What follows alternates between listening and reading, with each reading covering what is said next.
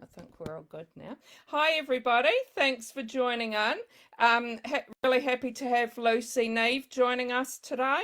So, Lucy grew up mostly in Australia, although she has lived short periods of time in Toronto, London, and Kathmandu. For several years, she resided in the United States, first as a Fulbright scholar, then teaching English in universities, and in 2019 as a visiting scholar at New York University. Lucy's first novel, Who We Were, was shortlisted for the ACT Book of the Year. Her short fiction has been published in a range of Australian and American literary journals and in Best Australian Stories. She was awarded a Griffiths Review Novella Prize in 2018. She teaches creative writing at the Australian National University, where she is Associate Dean Student Experience, and she's the mother of 2 children. And her latest book is Believe in Me, if I can show my copy there. And just wanted to let people know watching that if you ask a question during the Facebook Live, thanks to UQP, you can have a chance to win a copy of Believe in Me. So thanks, Lucy, for joining us. Thanks very much for having me. Just wondered if you wanted to start off by telling us a little bit about Believe in Me. Yeah, sure. So Believe in Me is about a mother and daughter. Actually, my daughter did my makeup today, so I sort of look a bit, I feel like I look a little weird. I'm interrupting myself, but, because she did stuff to my face. Anyway, we'll leave that, we'll leave that where it is. But it's about a mother and daughter, and it's actually about a daughter trying to imagine her mother's life, because the mother has a pretty difficult adolescence, and she gets pregnant when she's a teenager. And then she's in the United States, but she gets pregnant on a trip across the United States on a train.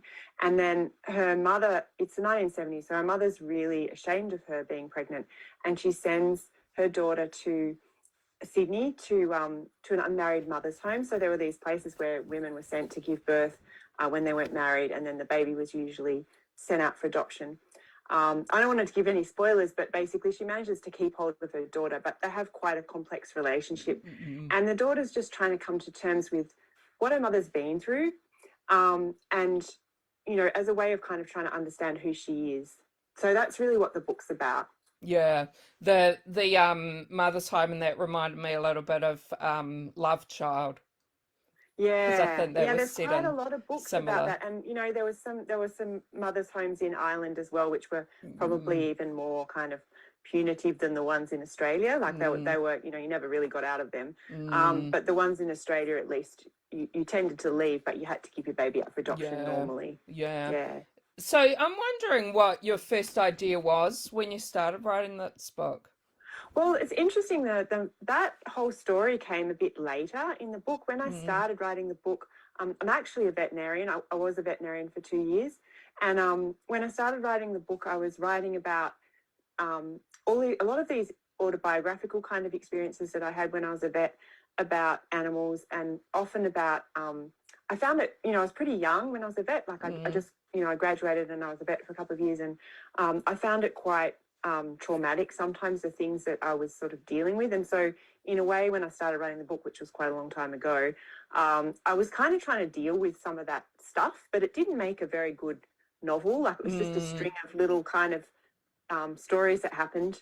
And so then all of a sudden, the vet, who is also the daughter in the novel, is also a vet, but the mother sort of, I was having trouble working out what a relationship was with her mother, but then the mother sort of came to life, and she had a whole, history and a backstory, and that's how that story about Sarah is the name of the mother. That's how her story kind of emerged. It came out of the daughter story, weirdly. Yeah. I hope that makes sense. Yeah. And that's interesting hearing that you did study to be a veterinarian. And did you work for 2 years in that field, did you say? I worked in the country for 2 years. I always wanted to be a writer. So all through when I was studying to be a vet, I was writing.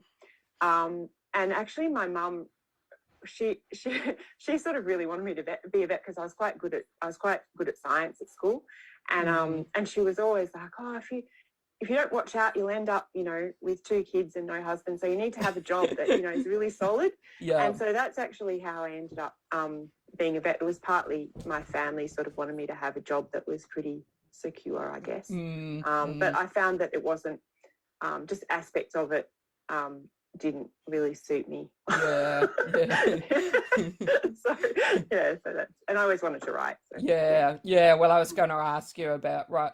Yeah. So were you writing during that time as well? Yeah, I was trying to write, when I was a student, I was writing stories and poetry and, trying to get them published in the student journals. And then when I was a vet too, I had a couple of little stories published in journals. And so that's when I thought, I'm not too bad at this. I could give it a go.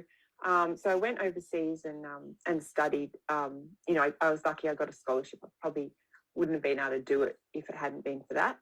But yeah, so I was really lucky, and that it's still taken took a really long time, I think, to get books published. But yeah. And we've got quite a few people watching, which is great. Just reminding those watching, if you have got a question for Lucy, please type it in comments and you'll have a chance to win a copy of Believe in Me. I've got a few questions already, which is great. Wendy wonders why you write it from the child's perspective. Yeah, well, that's a really good question, Wendy, because I did actually start, I just went through lots of phases with this book where I did start writing bits directly from Sarah's perspective. So I had some bits of the book that were from the mother's perspective and some bits that were from the child's perspective. And then the book sort of, as I kept working on it, it became more about, is it this question, like, is it possible to imagine your parents' life? Because often, luckily my parents are still alive, but, I hear stories from people who say, oh, I went through my dad's stuff and I found all this material about, when he was in the Vietnam War or whatever. And you just sort of think, can I imagine what it was like to be this person who I've known in a certain way as my parent for such a long time? And what were they actually like before me? And so that's sort of what the book became about, although I did go through phases of trying to write it from Sarah's perspective and from Bet's perspective. Yeah. And Belinda's wondering, when you started writing, did you know how the story would end? I'm trying to remember, actually. I don't think I did. I've got a feeling that I probably, I have to think about that. Because often I don't have an end. Certainly with my first book, I wrote lots of different kinds of endings, and a lot of them didn't work, and it took me a while to arrive at the right ending. And that was the same, actually, with this book. I remember somebody read, because I often get people to read drafts for me. Yeah. Somebody read, it was actually Amanda Laurie, the person who won the Miles Franklin last year. She read an early version of it for me, which was really generous of her. And she said, the end, it's a pretty tough book in some ways. She said, look, you've got to give people something a little bit uplifting in the end. so I actually changed the ending. It wasn't entirely in response to that, but yeah, there was a lot of thinking about the ending just because of sort of not leaving people in a kind of bleak place at the end, I think. Yeah. And Wendy says she thinks a lot of us wanted to be a vet as a child. Yeah, I did too, actually. So I can remember I did some sort of test at school, and I got the sense from the person who gave me the test that there's no way I was going to be a vet. Oh, really? And I was a bit stubborn. So I just, I don't know. You wanted to prove everyone wrong. Yes, I didn't get into vet. That's the other weird thing. I think I didn't get into veterinary science straight from school. I had to do a year of science, and then I transferred because I really liked animals. But the problem was I just, I didn't really like euthanizing animals that were healthy, and that was actually a bit of a problem for me. Because I feel like, I don't want to go into it too much because I know people have different views about this, but I just sort of felt like, well, you can't really ask them, like that's a really tough thing. So I felt a bit uncomfortable about that. Actually. Did you end up taking a lot home yourself? Pardon, say it again. Did you end up taking a lot of animals home yourself? I did some stuff where you know, somebody would, oh, this is terrible, I don't know, somebody called me over because I worked in the country, okay, so you know, slightly different attitude to animals from in the city. Somebody called me over to euthanize kittens, and I couldn't, you know, I said, oh, you know, how about we look after them and we'll find homes for them? And my boss was not, he was a bit cranky with me, but it was the right thing. You know, it was, for me, it was really the right thing to do, that we found homes for the kittens. They were too little, so I think they had to stay with their mother for a while, but then, yeah, they found homes and stuff. So it was that kind of thing I did. Yeah, and I had strays. Yeah. Patricia wonders, how do you choose your names for your characters? Yeah, that's a good question, actually. So it often is a sense of feeling whether the name is right for them. And I was really lucky with Sarah was the right name for the mother. That just came with the character.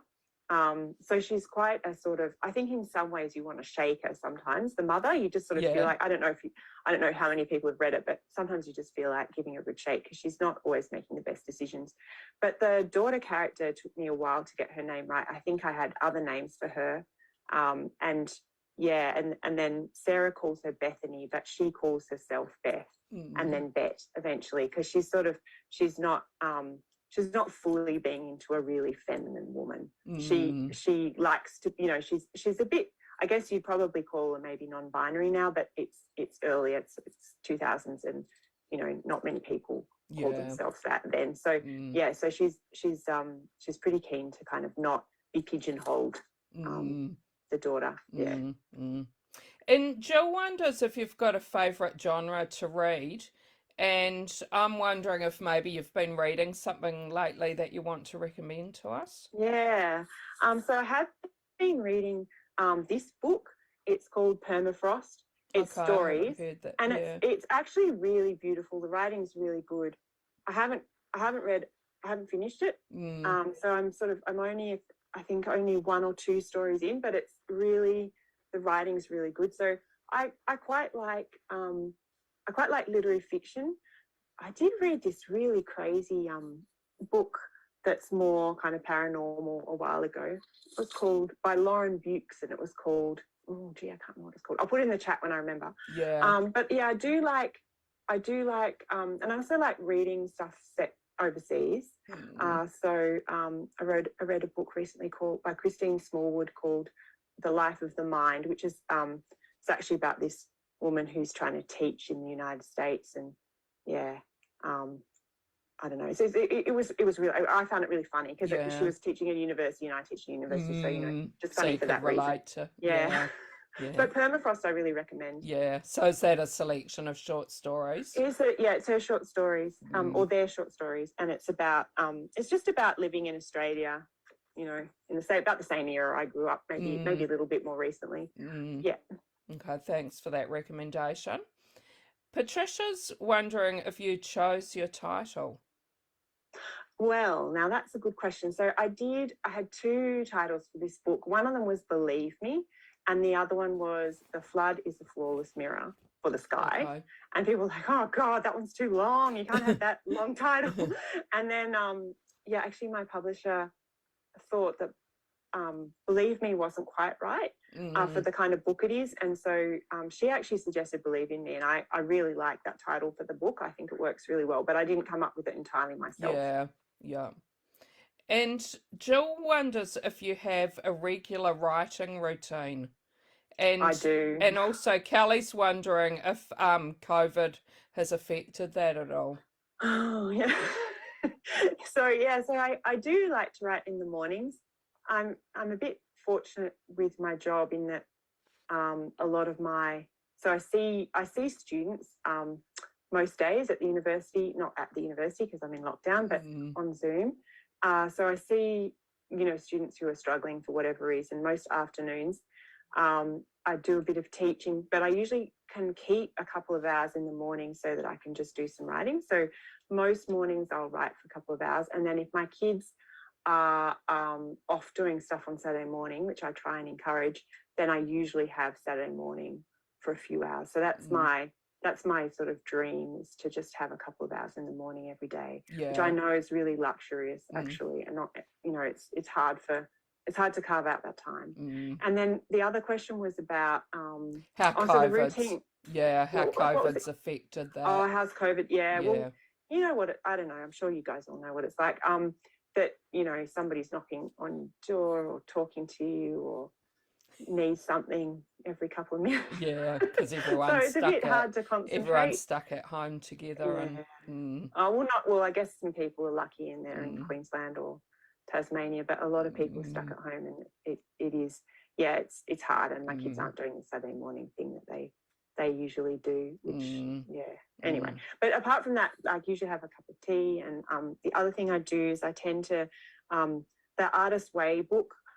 There are aspects of that book, I'm sure a lot of you probably know it, by Julia Cameron. The aspects of that book that are kind of annoying, but I find the write 3 pages a day before you write anything else, and it can just be sort of brain junk. I find that really useful in terms of clearing my head from distractions and helping me focus. So I do tend to do that. Like sit down, I've got my cup of tea, I write the 3 pages, and then I can apply myself to whatever I'm trying to work on. Yeah. And Belinda wonders if you're working on anything new at the moment. Yeah, so I'm working on a couple of things because, in all honesty, because I'm at a university, I kind of have to write some sort of academic scholarly stuff. So I'm working on a bit of that at the moment. And then I'm also working on maybe having a short story collection. So I've got some stories that I'm also working on. And I've started another novel, which is set in, there was a war in Sudan that Australians fought in. So it's a historical novel. And I should have said actually before, I quite like historical fiction. So yeah, so that's the other thing I'm working on, and it's just all about a bunch of blokes, which is quite different to anything I've written before. Most of the time I've written this book and the last book. The last book was more about kind of a woman scientist, and this book's more about mothers and kids. But the next book is sort of got more blokes in it, which is fun and different and interesting. Yeah, sounds a bit different, yeah. And what about research? Like, it sounds like maybe the book you're writing at the moment has a lot of research. What about Believe in Me as well? Did you do much research? Yeah, I had to do a bit of research for Believe in Me into unmarried mothers' homes, because that was not, I'd lived with somebody a long time ago who was the daughter of who was adopted. So she was, she was a housemate, but she had reconnected with her birth mother. So her mother had, from memory, had had her as a teenager in one of those in an unmarried mother's home in Sydney, and she was sort of, when I was living with her, she was in the process of tracking down her parents, and she'd met her mother, and that was actually really kind of good and nice, but her father was sort of refusing to see her. So there was so that, I don't know, I think I must have had that in the back of my mind for a long time. It's not my story. And so, and I didn't I didn't sort of steal her story necessarily, because, the story in my book's really quite different. It's about an American woman. But I guess I was just thinking about, God, what would it be like to have been one of those women? Would have been just so tough. So I did quite a lot of research. There's quite a lot of material online, just accounts, oral history accounts of kids and parents. And and as you said, there's a few books too. So 10 Hail Marys by I'm trying to remember her name, but 10 Hail Marys is a really incredible memoir about it as well. And also Patricia Sykes' The Abbotsford Mysteries, which is sort of more like, it's got sort of poetry, and it's sort of more about the feeling and the atmosphere of those places. Those books were really useful to me. I think they're in the back of my book. But yeah, and there are a lot of internet research and just working out where the homes were located and that kind of thing. What they were like inside. Yeah, it must have been quite interesting. Yeah. Yeah. Did you find anything? Is there anything you can share that you found during your research that really, really surprised you? Yeah, I'm trying to think.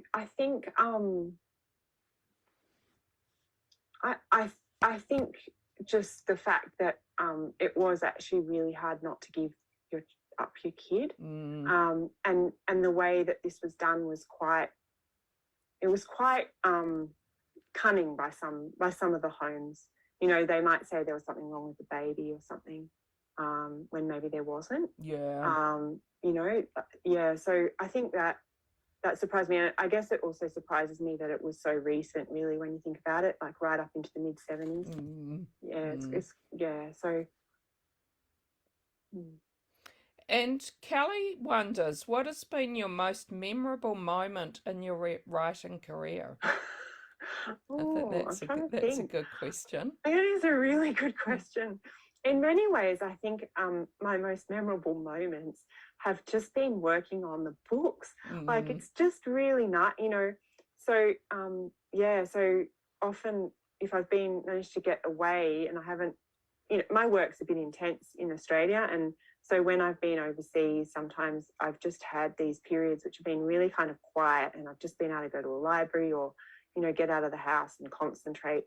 And I think actually they're probably the most memorable moments I've had, of just being able to actually, you know, work and feel like I've done a good day's work. Yeah, because it's hard, you know, it's hard. There's so many distractions. There's so many things between you and your desk, and just, yeah. So I guess, yeah.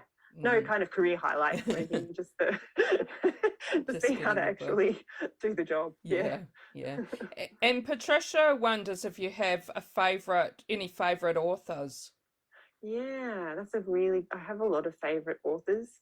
I should have come with a list so that I actually, but yeah, so in the back of the book, I mentioned Marilynne Robinson. And I'm not as big a fan of the later work by Marilynne Robinson, but she wrote a book called Housekeeping, which is not really about housekeeping at all.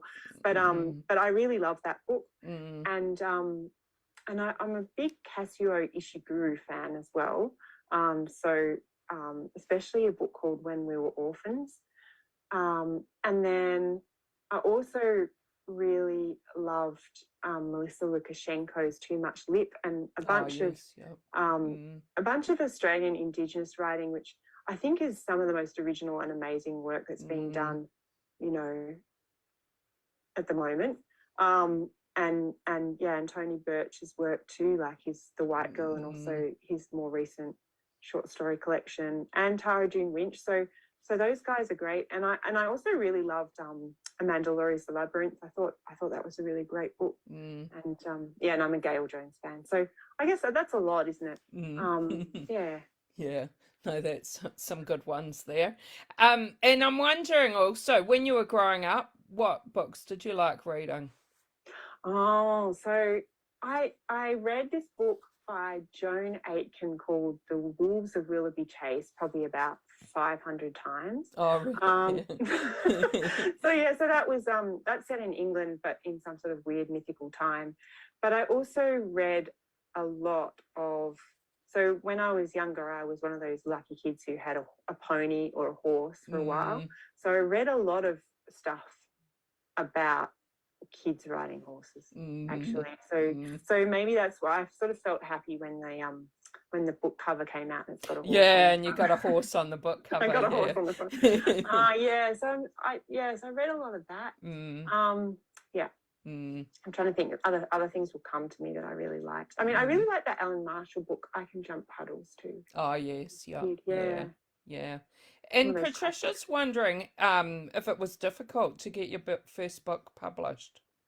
So my first book, I think what I've always tried to do actually with my books is work on them for a really long time, get a lot of people to read them before they go to publishers.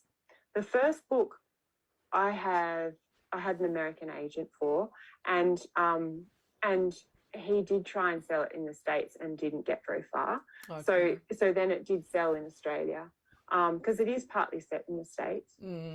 Yeah, so I guess I did have a bit of a hard time with that, but I just I think my whole strategy has always been, well, you just keep rewriting it until it's kind of irresistible. And that might take 10 years or it might take 5 years, but for me it usually takes a long time. So how long did Believe in Me take to write? Well, I actually started Believe in Me before the other one was published. I'd written little Okay. bits of it. So probably about 10 years. Yeah. And the other one was the same. It was a long time. I never fessed up to the publisher for the first one. He'd be like, oh, how long did that take you? I'm like, oh, 6 or 7 years, but it was more like 10. Yeah. And would you have any tips you could give to a new writer? Yeah, so I think two things if you're a new writer. You obviously you have to write, and you have to sort of set aside a bit of time every day where you can do some writing. So, a couple of hours probably is good, but any time you can get. If you write for say an hour or two every day, then you just inevitably get somewhere, I think. And at the same time, you have to read a lot of everything. Most people who love to write do love to read as well, so it's not exactly a struggle, but you really have to read, and I think the material you want to read is the kind of work that you want to write, but also work maybe that is a bit left field. So those two things I think are really useful. And then if you can hook up with some other, or find some other writers, other people who want to write, and once you've sort of got yourself started and sort of exchange work, I think that can also really help you. Yeah. And could you tell us what you think makes a good story? I think what makes a good story is actually quite a lot of conflict. If you want to write something that people really want to read and they're sitting on the edge of their chairs, and in a way you kind of have to write something these days that people are really they're really interested in the narrative and the story, then you have to set up some conflict between the characters for that to take off. So I think that's really important. But also there's a whole lot of other stuff. It's got to be something that you're really interested in for it to work. Something that you're really sort of passionate about, and that can sustain your interest for possibly quite a long time. Yeah. And what do you find the most difficult part of the writing process? Yeah, that's a good question. I think it's just hard when you start something new, especially something long, to actually see it and to see where you're going. Yeah. And so you can sometimes spend months just writing stuff that never ends up in the book. Like you've gone down the wrong track and you don't know necessarily straight away. It can take you a while to work it out. And so I think sometimes that's a bit difficult. But I feel I'm sort of hopeful, and I might be kidding myself. I'm hopeful that I'm getting better at working out, when I'm on the right track. And do you have any other unpublished or half-finished books? No, I don't. Oh no, I did write something actually. I did write another book before Who We Were, all through when I was at university, and I'm trying to even remember what it was about. But I think it was part of my sort of working out how to be a writer, because I was writing stories at the same time, and it was on an ancient computer hard drive, and I took that hard drive to the tip. So it is gone. Yeah. Yeah. So there's no going back to that. No going back to that, no. Yeah. And I'm wondering, when you're writing an emotionally draining scene, is there something that you need to do to get into the mood?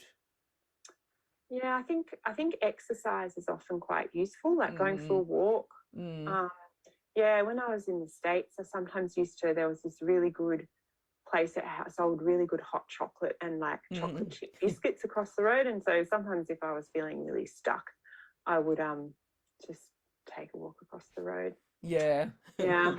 Sounds nice. Or walk around the block.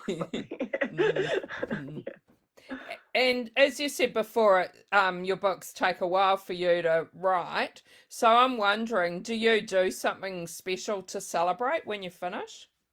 I should do more. This time's been a bit tricky, to be honest, because, we went into lockdown, or maybe 2 weeks before the book was due out. So I think, and it's also just been kind of hard to plan, because there's been this, constant kind of like, we're not sure when we're going to come out, and, and all that sort of thing. So I think I'm hoping that we will get out. What my son wants to do is he thinks book launches should involve some sort of rocket. and that the book should be on a rocket because Yeah, otherwise it's not a launch, because it's right? called a And launch. so Yeah. I would love to organise that. I don't know. I live in Canberra, so it's very heavily regulated. Everything's very. So I'm not sure if that's at all ever practical, but that's what I would love to do. Yeah. Actually. But I think it's probably a dream. I'm not sure. Sounds pretty amazing, though. Maybe something for the next book. Yeah. You probably won't even care about it by then. Probably. And I'm wondering what you hope readers will love about Believe in Me.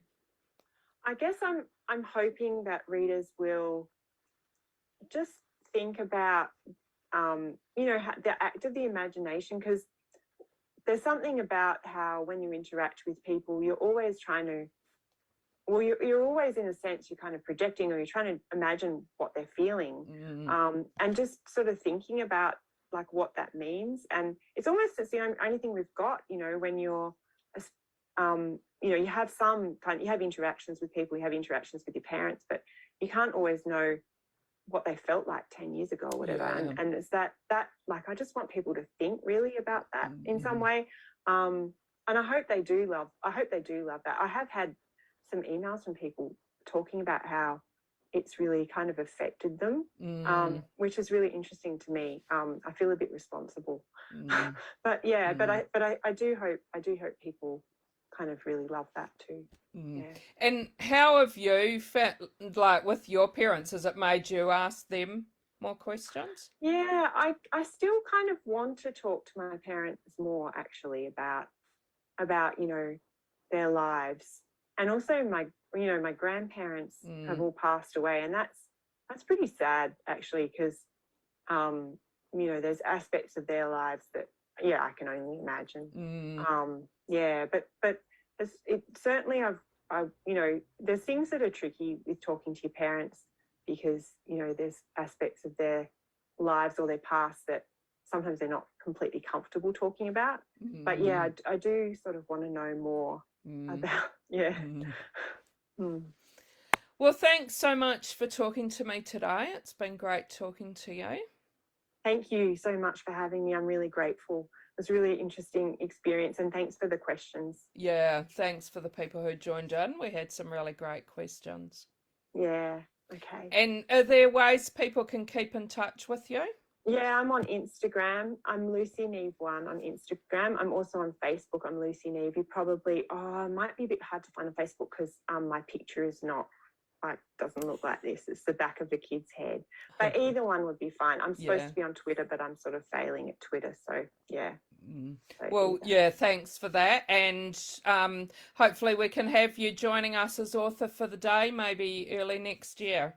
That'd be great. I'd love that. Yeah, thank you so much. Thanks everybody. Right. Bye. Bye. Do I just leave?